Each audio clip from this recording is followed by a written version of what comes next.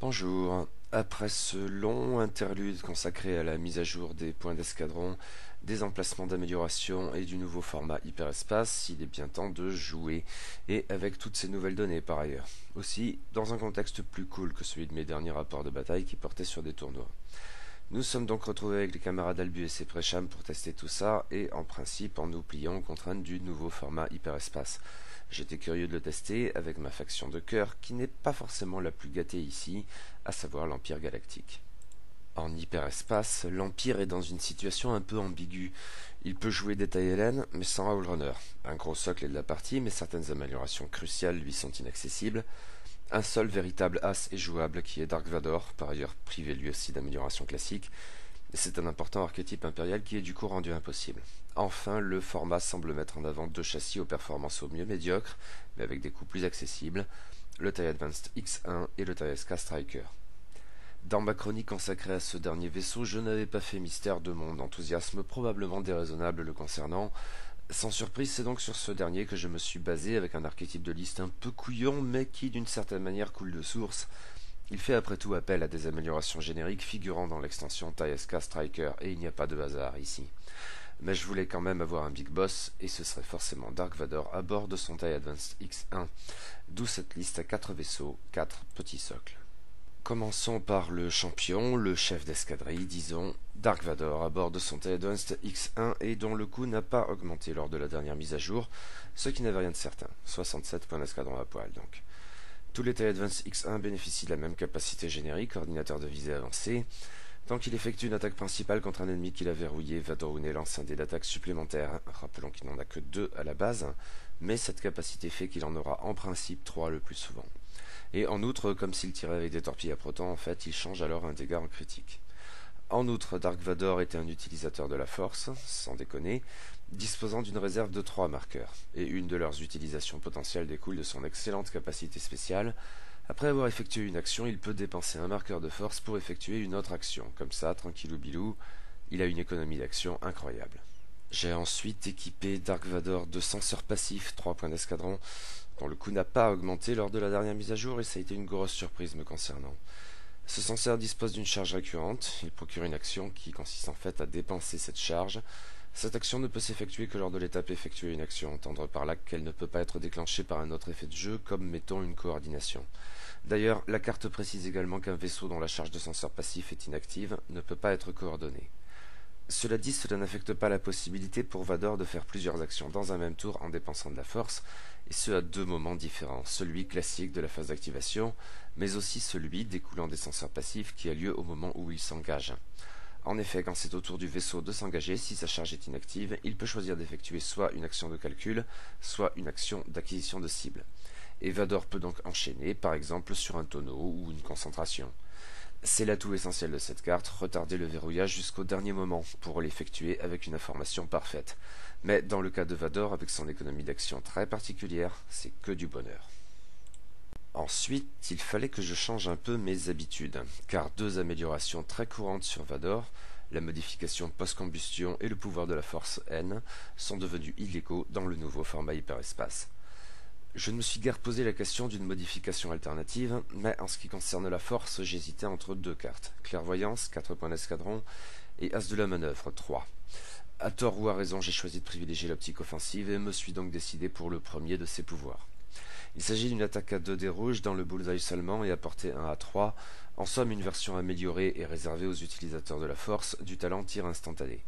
En effet, cette attaque se produit normalement non pas à la phase d'engagement, c'est faisable, mais a priori d'aucun intérêt ici, mais lors de la phase d'activation, quand les vaisseaux ennemis se déplacent. Si l'un d'entre eux effectue une manœuvre qui le conduit dans le bullseye de Vador, celui-ci peut dépenser une force pour effectuer cette attaque en guise d'attaque bonus. Il peut alors changer un de ses résultats concentration en résultat dégâts, ça se fait automatiquement, sauf erreur, sans nécessiter la dépense d'un marqueur de concentration ou de force, mais les dés ne peuvent pas être autrement modifiés. Ça ne se produira pas tous les jours, mais une petite attaque bonus de ce type de temps en temps peut avoir son intérêt. Ainsi conçu, Dark Vador représente en tout 74 points d'escadron.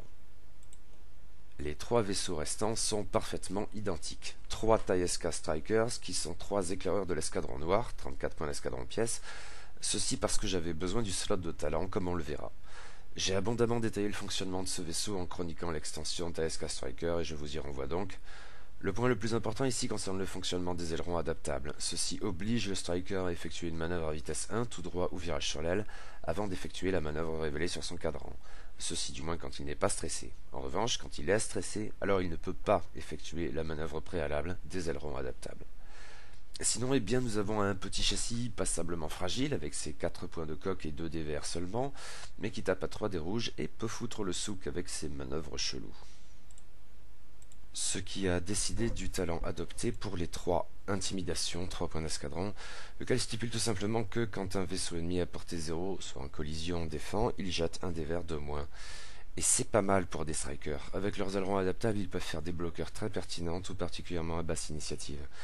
Mine de rien, ça peut sacrément semer la zone dans les formations ennemies et attendrir des proies de choix pour les tirs de striker moins exposés ou de Vador lui-même. L'autre amélioration joue dans la même catégorie à ce compte-là. Les 3 strikers sont équipés de bombes à protons, 5 points d'escadron, lesquelles infligent un dégât critique à tous les vaisseaux à portée 0,1 quand elles explosent à la fin de la phase d'activation. Chaque vaisseau peut en jeter 2 en tout. Chacun de ces strikers représente en tout 42 points d'escadron, ensemble ils valent donc 126 points d'escadron. Disons-le, ces strikers ne sont pas censés faire très long feu, ce qui fait que cette liste n'est probablement pas très compétitive. Ça n'était pas le but de cette journée de toute façon. Ils doivent aller au charbon et même se jeter sur l'ennemi pour foutre le bordel dans ses rangs, mais si les étoiles s'alignent un peu, avec intimidation, leurs attaques et les bombes à protons au tour suivant s'ils survivent à l'engagement, et ça n'est pas garanti, ils peuvent faire de gros dégâts. Mais oui, ce sont un peu des kamikazes. Et voilà, nous avons une liste hyperespace à 200 points d'escadron tout rond, dont je vous affiche le résumé en ce moment même. La première partie de la journée m'a opposé au camarade Albu qui jouait une liste hyperespace séparatiste, une grosse nuée à 7 vaisseaux. En guise de chef d'escadrille, il a fait appel au bombardier droïde de classe Siena limité DBS-32C, 40 points d'escadron, probablement le choix le plus pertinent pour embarquer un relais tactique en hyperespace, maintenant que le chasseur Balbelab 22 est exclu de ce format.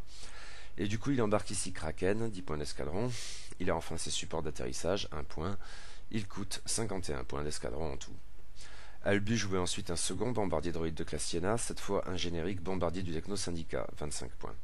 Lui aussi bénéficiait de ses supports d'atterrissage, 1, mais il embarquait en outre des droïdes sondes DRK-1, 5, ainsi que des missiles à concussion, 6, qui allaient bien avec, pour 38 points d'escadron en tout. Les 5 autres vaisseaux étaient tous des chasseurs droïdes de classe Vulture et plus précisément des drones de la Fédération du Commerce, 19 points d'escadron. Tous étaient équipés de leur support d'ancrage, 1 point, et c'était tout pour 2 d'entre eux, mais les 3 autres avaient ensuite des missiles Discord, 4 points d'escadron. Ceci coûtait donc seulement 24 points d'escadron, soit 72 en tout pour les 3. Les 2 autres coûtaient donc 20 points d'escadron seulement, 40 ensemble, et 122 points d'escadron pour tous les Vultures. Ce qui nous fait là encore une liste hyperespace à 200 points d'escadron tout rond, dont je vous affiche le résumé en ce moment même. Nos listes ayant la même valeur, le choix du premier jour a été déterminé au hasard. Il affecterait les initiatives 3, soit mes Strikers et DBS-32C, outre le placement des obstacles. C'est à moi qu'est revenue la décision et j'ai choisi de jouer en premier. Nos vaisseaux s'activeraient donc dans cet ordre. Bombardier du Techno-Syndicat plus drone de la Fédération du Commerce, éclaireur de l'escadron noir, DBS-32C, Dark Vador. Et il s'engagerait dans l'ordre suivant: Dark Vador, éclaireur de l'escadron noir, DBS-32C, bombardier du Techno-Syndicat plus drone de la Fédération du Commerce. Je m'étais muni de 3 nuages de gaz, dont les règles ont changé avec la dernière mise à jour. Ils sont désormais un peu plus handicapants, car si on chevauche un de ces obstacles, on doit maintenant lancer un dé rouge, et sur un résultat concentration ou dégâts, on gagne un marqueur de contrainte. Albu, désireux d'user de ses supports d'ancrage et d'atterrissage, avait choisi 2 gros astéroïdes et un gros nuage de débris. Un astéroïde a fini au centre, les 2 autres obstacles d'Albu devant sa zone de déploiement, les 3 nuages de gaz devant la mienne. Puis Albu a déployé toute sa flotte en ligne, formant un front étendu, avec le bombardier du Techno-Syndicat tout à sa droite, et des BS-32C seuls en arrière au centre. J'ai placé tous mes vaisseaux dans le coin en bas à droite, avec Vador près du bord.